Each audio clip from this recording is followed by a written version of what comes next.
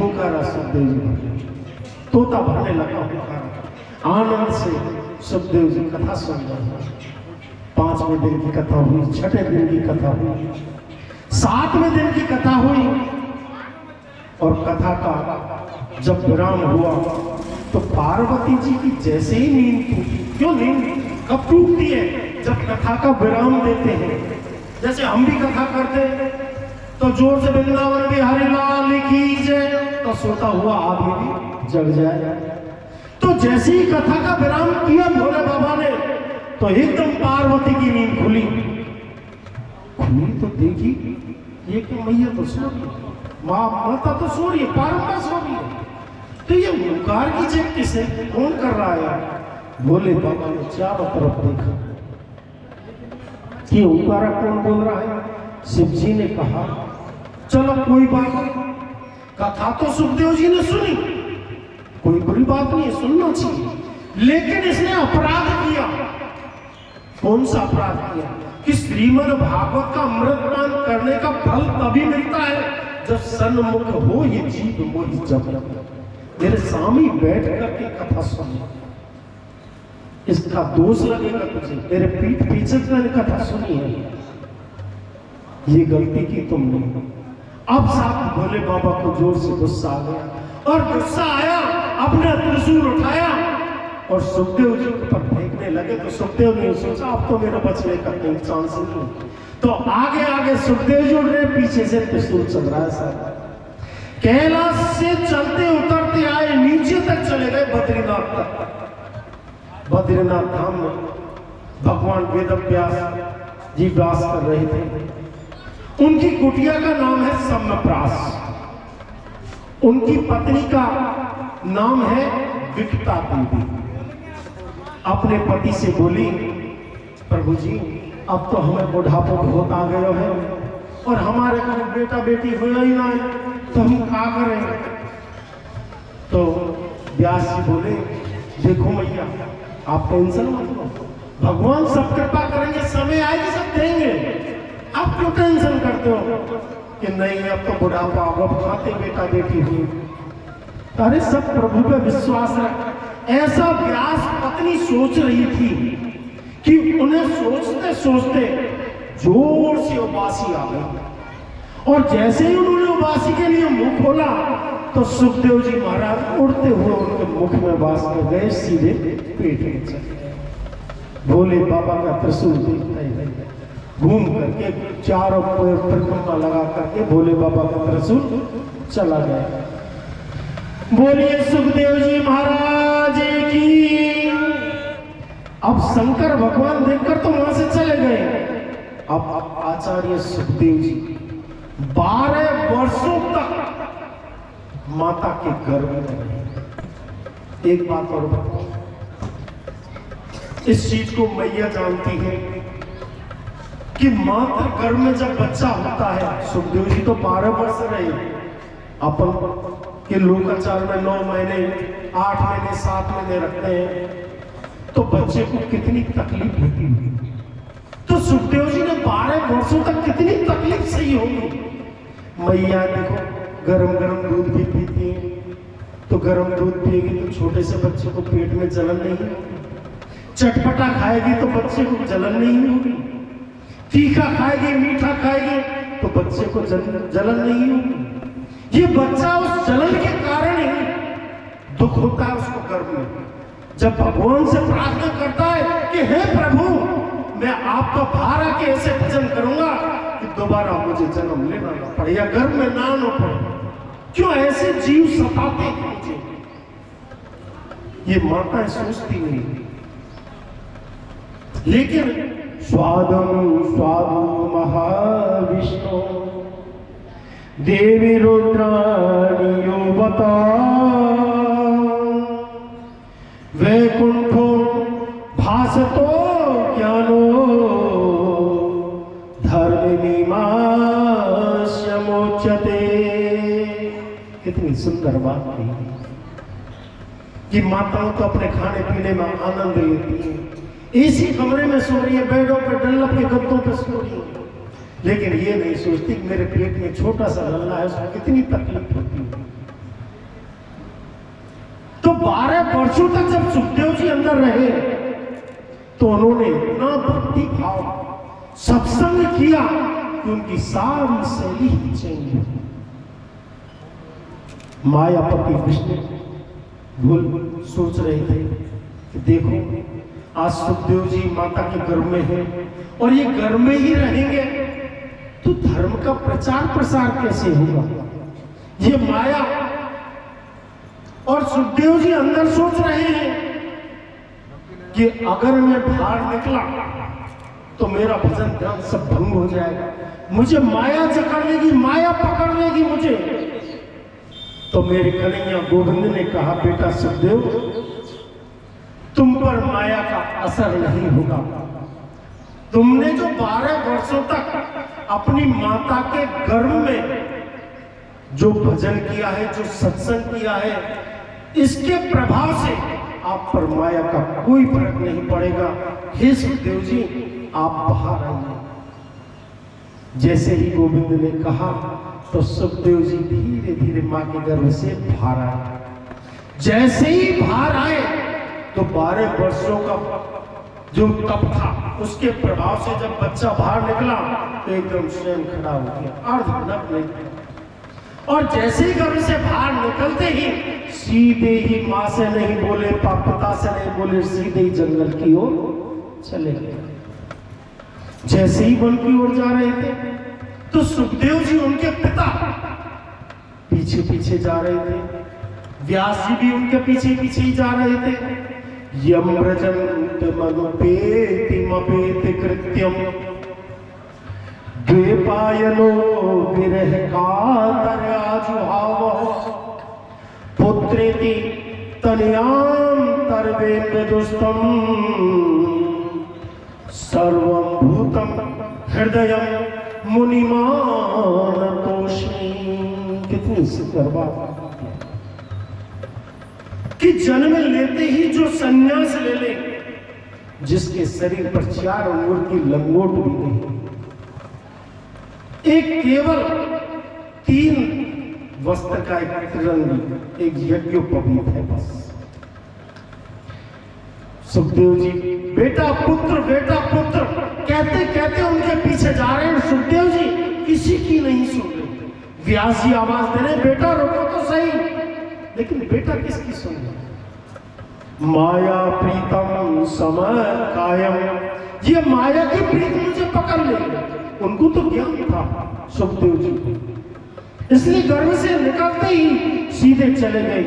और ऐसे पदम आदरणीय सुखदेव जी को हम बार बार प्रणाम करते हैं।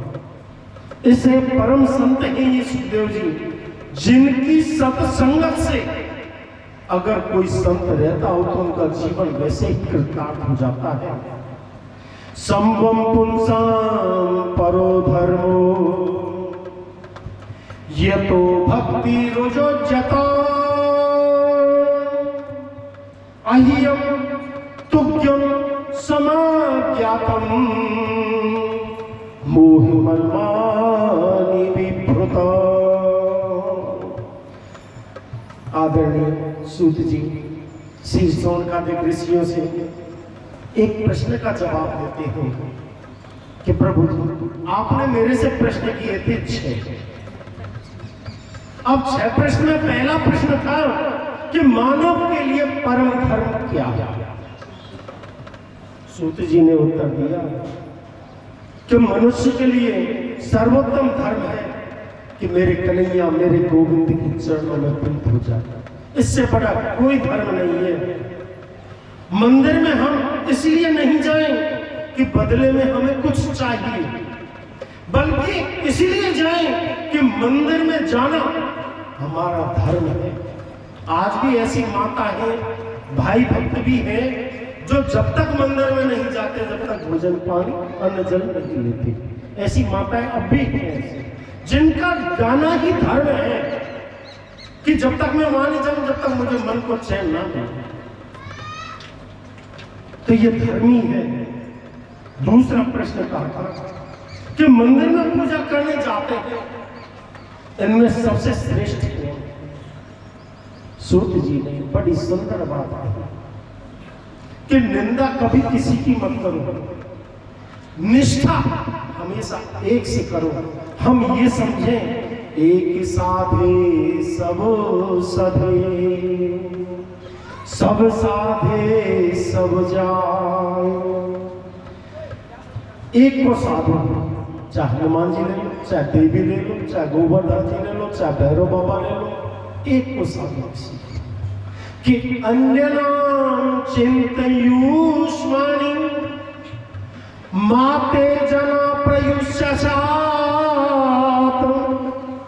तेषां नित्यं भुक्तानां योगक्षेमं वयाभ्यहम्।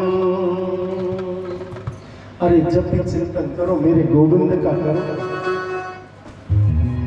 तो भगवान के 24 अवतार हुए थे।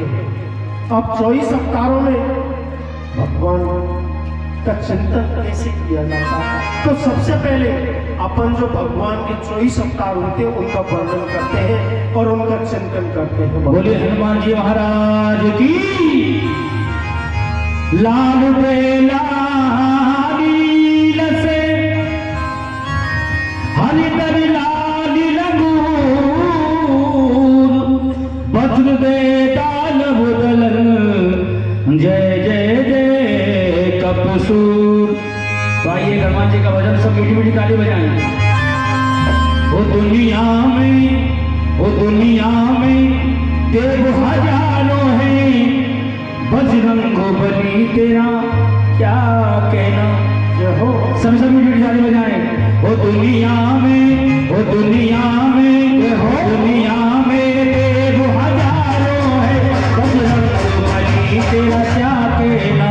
दुनिया में देव हजारों हैं, बजरंग बली तेरा क्या कहना। वो बजरंग बली तेरा क्या कहना, उनकी भक्ति का क्या कहना।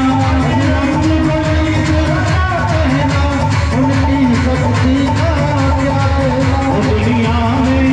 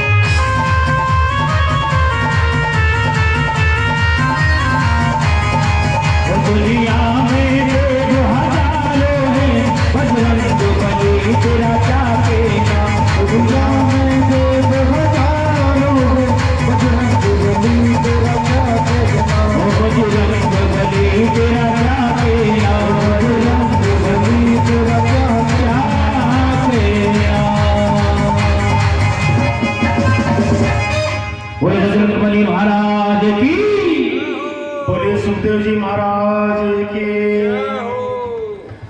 कंजूसी कर रहे हो जय बोल रहे हैं। अरे सभी बोलो जय जय श्री राधे श्याम।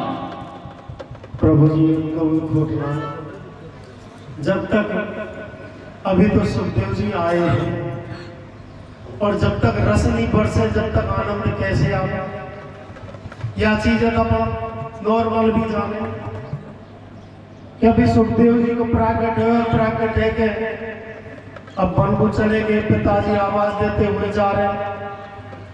तो जब तक कोई चीज में रस नहीं पड़े वो फल में, जब तक वह तोड़ने में खावे में आनंद कब आए। तो जब तक मेरे ठाकुर जी को प्रादुर्भाव नहीं होगा, राम जी को कन्हैया को, जब तक कथा में रस बरसेगा। तो ये तो खगोल भूगोल की कथाएं हैं। तो रस बरसेगा भी, आनंद भी लेंगे। लेकिन अभी तो वन को गए सुखदेव जी, पीछे पीछे पिताजी जा रहे हैं कि मानव के लिए धर्म क्या है, पूजा पाठ करना, ये आपको बताया। फिर दूसरे प्रश्न में बताया कि सबसे देवों में सर्वश्रेष्ठ देवता कौन सा है। तो वहां देवताओं के लिए कहा है कि भगवान ने कहा एक साथ ही सब सदे, सब साधे सब जाने। तो भगवान के 24 अवतार हैं, उनका अपन उनको हम प्रणाम करते हैं और लेते हैं। पहला था सनत सनंदन सनत कुमार और सनंदन। दूसरे थे 12 भगवान के अवतार। तीसरे थे संत नारद जी का अवतार। चौथे अवतार हुए नर और नारायण। पांचवें हुए थे कपिल देव जी का। छठे हुए दत्तात्रेय जी का। सातवें हुए थे यज्ञ भगवान का। आठवें हुए थे ऋषभ देव जी के और 9वें हुए थे पृथु महाराज। 10वें थे मत्स्य अवतार, जिसको आप लोग ज्यादा सुनने के इच्छुक रखते हो, मीन भगवान। 11वें होते हैं कच्छप अवतार। 12वें होते हैं धन्वंतरी अवतार। 13वें होते हैं मोहिनी अवतार। 14वें होते हैं नरसिंह भगवान के अवतार। 15वें होते हैं बावन भगवान का अवतार। 16वें होते हैं परशुराम के अवतार। 17वें होते हैं वेदव्यास जी का अवतार। 18वें होते हैं हमारे आदरणीय श्री राम जी का। 19वें होते हैं जो हमारे शेष अवतार हैं बलराम जी का। 20वें होते हैं मेरे गोविंद कन्हैया का। 21वें होते हैं हरि अवतार और 22वें होते हैं हंस अवतार। 23वें होते हैं बुद्ध अवतार और 24वें होते हैं कल्कि अवतार। जो घोर कलयुग आएगा तब 24वां अवतार कलयुग में कल्कि भगवान प्रकट करेंगे। बोलिए वृंदावन बिहारी लाल की जय हो। तो भगवान ने जितने भी रूप लिए ये 24 अवतारों में, इनमें दो ही सबसे महत्वपूर्ण है, राम और कृष्ण। कैसे? राम कृष्ण दो एक है, अंतर नहीं निवेश। अरे इनके नयन गंभीर है, उनके नयन विशेष। ये दो सबसे बड़े विचित्र। इनमें राम जी की नेत्रों में कितनी गंभीरता है, कितनी मर्यादा है कि एक बार भी मर्यादा का उल्लंघन नहीं। और कृष्ण के जीवन में कितनी चंचलता है, कितना छल है। बिना लड़ाई झगड़े के तरीके एक विराम है, बिना खेल कूद के चोरी करे बिना पैसों पाना, चंचलता है, विशेषता।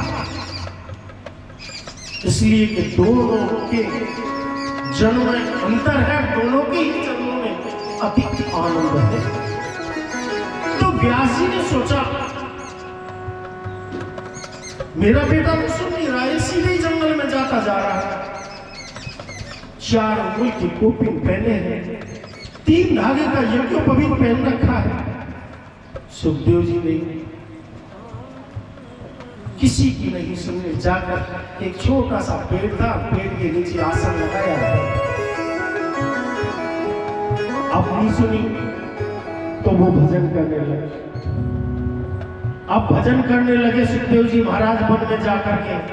तो सुखदेव जी तो एकदम नम्र थे, 16 वर्ष की उम्र थी। सुखदेव जी को देखकर जैसे ही सुखदेव जी ने मत देखा तो पिताजी वो पीछे आ रहे थे कि यहां भी ये भजन नहीं करने देते। तो वहां से भी खड़े हो गए और खड़े होकर के जैसे ही जमुना के किनारे किनारे जा रहे थे तो वहां 16 वर्ष के सुखदेव को देखकर स्त्रियां सरोवर में स्नान कर रही थी। सुखदेव जी देख रहे थे, क्यों पीछे चलने वाला आगे को देखेगा कि 16 साल का सुखदेव जा रहा है और माताओं को, बहनों को शर्म नहीं आ रही। पीछे पीछे वेद व्यास जी ले जा रहे थे तो महिलाओं ने, माता बहनों ने अपने स्तर छुपाई, अपने वस्त्र ओढ़े। सुखदेव जी कहने लगे, माताओं एक बात बताओ, मैं तुम्हारे पिता बाबा की उम्र का हूं, मुझसे शर्म क्यों? और मेरे युवावस्था 16 वर्ष का लड़का आगे आगे बिल्कुल नग्न जा रहा है, उसको देखकर तुम्हें शर्म नहीं आई? मैं तो तुम्हारे पिता की उम्र का हूं, मुझसे तो शर्म करनी चाहिए। स्त्रियों ने कितना सुंदर जवाब दिया, बाबा आपके पुत्र सुखदेव जी का जीवन एक महान है, इतना विचित्र है उनका चरित्र, जिसके सामने हम हजारों वस्त्र पहन लेना तो भी हम नग्न हैं, और हम नग्न हैं उनके सामने चल जाए तो उनको कोई ज्ञान नहीं है, उनको सांसारिक ज्ञान नहीं है। इसलिए आप बाबा आपने सांसारिक भोग लोगे, आपको सांसारिक लीलाओं का ज्ञान है, इसलिए आपसे हमें पर्दा करना पड़ा। वो तो ज्ञान रूपी है, उससे क्या हम पर्दा करें, अबोध है, बालक है, वो क्या जानता है। व्यास जी ने सोचा ऐसा चरित्र मेरे पुत्र का, आपका पुत्र नहीं नारायण का पुत्र है, ये ब्रह्मा के पुत्र हैं, ये वशिष्ठ के पुत्र हैं शक्ति, और शक्ति के पुत्र हुए पाराशर। पाराशर के पुत्र हुए थे महर्षि वेदव्यास जी।